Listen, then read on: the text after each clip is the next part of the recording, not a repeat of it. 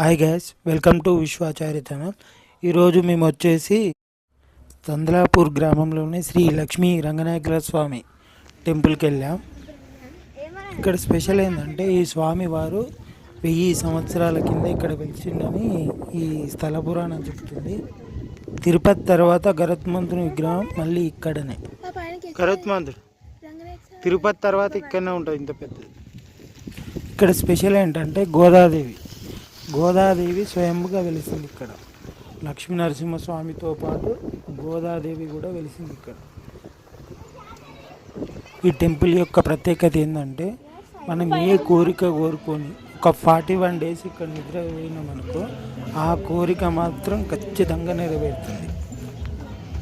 మనకు ఆరోగ్య సమస్యలు ఉన్నా, ఇంట్లో బాధలు ఏది ఉన్నా సరే ఇక్కడికి వచ్చి స్వామివారిని వేడుకుంటే చాలు, ఖచ్చితంగా నెరవేరుతుంది. ఈ టెంపుల్ స్థల పురాణం ప్రకారం ఇక్కడ ఋషులు తపస్సు చేసేవాళ్ళంట. పిల్లలు ముట్టుకుంటుంది స్వామివారి పాదాలు. పాదం చాలా పెద్దగా ఉంటుంది, కానీ అక్కడ ఎవరు ముట్టుకోకుండా సున్నం వేసారు అన్నట్టు చుట్టుపక్కల. ఇక్కడ రంగనాయకుల స్వామి కాకుండా అనంత పద్మనాభ స్వామి కూడా స్వయంభుగా లోపల ఉంటాడు.